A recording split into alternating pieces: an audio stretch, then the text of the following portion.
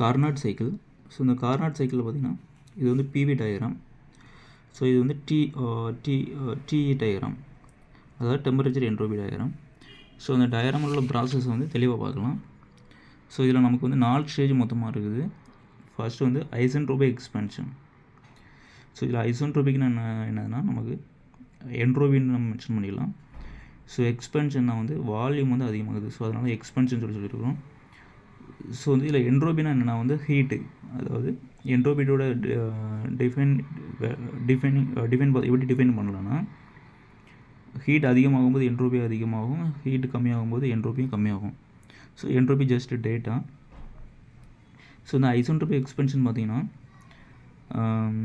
சடனாக நடக்கும் நமக்கு. அதாவது தெர்மல் பவர் பிளான்ட்டில் பொறுத்தளவில் ஹை வெலாசிட்டியில் நம்ம ஸ்டீமை கொடுக்குறோம், டர்பைன் பிளேடை வந்து ரன் பண்ண வைக்கிறது. ஸோ இது பார்த்திங்கன்னா நமக்கு உடனே நடக்கும். நமக்கு வந்து இந்த ஒர்க் பார்த்திங்கன்னா ஃப்ராக்சர் ஆஃப் செகண்டில் நடக்கும்.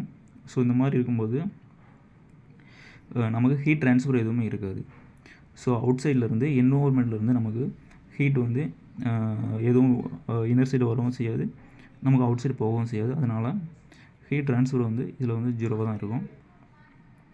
ஸோ ஹீட் ட்ரான்ஸ்ஃபர் 0வாக இருக்குது. அண்ட் டெம்பரேச்சர் பார்த்திங்கன்னா கான்ஸ்டண்ட்டாக இருக்காது. டெம்பரேச்சர் வந்து சேஞ்ச் ஆகும். ஏன்னா சடன் ப்ராசஸ்னால டெம்பரேச்சர் பார்த்திங்கன்னா நமக்கு வந்து இது சேஞ்ச் ஆகும். ஸோ அடுத்தது பார்த்திங்கன்னா ஐசோதெர்மல் ஹீட் ரிஜெக்ஷன். ஸோ ஐசோதெர்மல்னால் என்னென்னா வந்து constant temperature. So heat rejection, அதாவது டர்பைன் பிளேடை ரன் பண்ண வச்சுட்டு ஸ்டீம் பார்த்திங்கன்னா வர ஸ்டீமை வாட்டரை யூஸ் பண்ணி அதை வந்து கூல் பண்ணுறோம். ஸோ இதை வந்து ரெண்டாவது ஸ்டேஜுக்கு நம்ம வந்து ஐசோதெர்மல் ஹீட் ரிஜெக்ஷன் யூஸ் பண்ணுறோம். ஸோ இதில் பார்த்திங்கன்னா நமக்கு டெம்பரேச்சர் வந்து கான்ஸ்டண்ட்டாக இருக்குது, ஹீட் வந்து ரிஜெக்ஷன் ஆகுது. ஸோ இது பார்த்திங்கன்னா எதனால் வந்து பார்த்திங்கன்னா இது வந்து நமக்கு இந்த மாதிரி இருக்குதுன்னா, இந்த ப்ராசஸ் வந்து நமக்கு ஸ்லோவாக இருக்கும். ஐசென்ட்ரோபிக் எக்ஸ்பென்ஷன் வந்து நமக்கு உடனே நடந்துச்சு. இது ஐசோதெர்மல் ப்ராசஸ் பார்த்திங்கன்னா ஸ்லோவாக நடக்கும். ஸோ இந்த ஸ்லோவாக நடக்கும்போது நமக்கு ஹீட் ட்ரான்ஸ்ஃபர் இருக்கும். அதாவது நமக்கு ஸ்டீம் பார்த்திங்கன்னா ஸ்டீம் வாட்டரில் பட ஸ்டீமோட வாட்டர்லேருந்து நமக்கு ஸ்டீம்லேருந்து டெம்பரேச்சர் வாட்டருக்கு வந்து ட்ரான்ஸ்ஃபர் ஆகும். ஸோ இந்த மாதிரி ட்ரான்ஸ்ஃபர் ஆகும்போது ஹீட் ரிஜெக்ஷன் ஆகும். அதனால் ஹீட் ட்ரான்ஸ்ஃபர் இருக்குது. அதே நேரத்தில் பார்த்திங்கன்னா டெம்பரேச்சர் வந்து கான்ஸ்டண்ட்டாக இருக்கும். அது எப்படின்னா, நமக்கு ஸ்லோ ப்ராசஸ் நடக்கும்போது டெம்பரேச்சர் வேரி பார்த்திங்கன்னா வந்து கான்ஸ்டண்ட்டாக தான் இருக்கும்.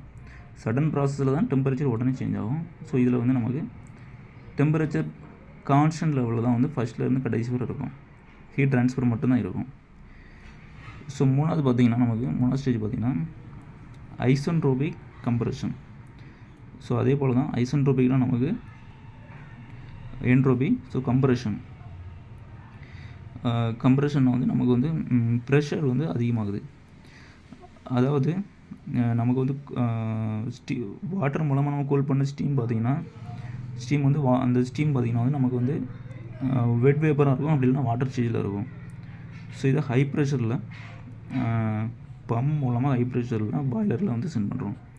ஸோ இந்த மாதிரி ஹை ப்ரெஷரில் சென்ட் பண்ணும்போது நமக்கு பாய்லருக்கு வந்து நமக்கு டெம்பரேச்சர் மெயின்டைன் ஆகிட்ருக்கும். ஸோ அதனால தான் ஹை ப்ரெஷரில் நம்ம வந்து இது சென்ட் பண்ணுறோம். ஸோ இந்த மாதிரி ஹை ப்ரெஷரில் நம்ம சென்ட் பண்ணும்போது இது பார்த்திங்கன்னா இமிடியேட் ஆக்ஷனாக இருக்கும். ஸ்லோ ப்ராசஸ் கிடையாது, இமிடியேட் ஆக்ஷன். ஸோ இமிடியேட் ஆக்ஷனால் என்விரான்மெண்ட்லேருந்து நமக்கு எந்த ஹீட் ட்ரான்ஸ்ஃபருமே நடக்காது. ஸோ குயிக்காக இருக்கிறதுனால ஹீட் ட்ரான்ஸ்ஃபர் இருக்காது, ஆனால் டெம்பரேச்சர் சேஞ்ச் ஆகிருக்கும். டெம்பரேச்சர் வந்து நமக்கு வந்து சேஞ்சபிள் இருக்கும். ஸோ அடுத்தது பார்த்திங்கன்னா ஐசோதெர்மல் எக்ஸ்பென்ஷன். ஸோ இது பார்த்திங்கன்னா நமக்கு heat is supply to feed water. பாய்லரில் ஃபீட் வாட்டருக்கு வந்து ஹீட்டை வந்து நம்ம வந்து கொடுக்குறோம். ஸோ இந்த மாதிரி ஹீட்டை கொடுக்குறது பார்த்திங்கன்னா ஸ்லோ ப்ராசஸ் தான் இருக்கும். அதே நேரத்தில் வந்து வால்யூம் வந்து இன்க்ரீஸ் ஆகுது. ஸோ இந்த மாதிரி ஸ்லோ ப்ராசஸ் இருக்கிறதுனால நமக்கு ஹீட் வந்து சேஞ்சபிள் ஆகும். ஸோ நான் ஆல்ரெடி ஃபஸ்ட்டே சொன்னது தான், ஹீட்டை வந்து நம்ம என்ட்ரோபியோட கனெக்ட் பண்ணலாம். ஹீட்டும் என்ட்ரோபி ஒன்று தான். ஸோ அதனால் ஹீட் எவ்வளோ ஹீட் ஆட் ஆகிருக்குன்னா, ஸ்டார்டிங் என்ட்ரோபிலேருந்து ஃபைனல் என்ட்ரோபி நம்ம கழிச்சிட்டு அதோட டெம்பரேச்சரோட என்ட்ரு பண்ணியாச்சுன்னா நமக்கு எவ்வளோ ஹீட் ஆட் ஆகிருக்குன்னு நம்ம கண்டுபிடிச்சிடலாம்.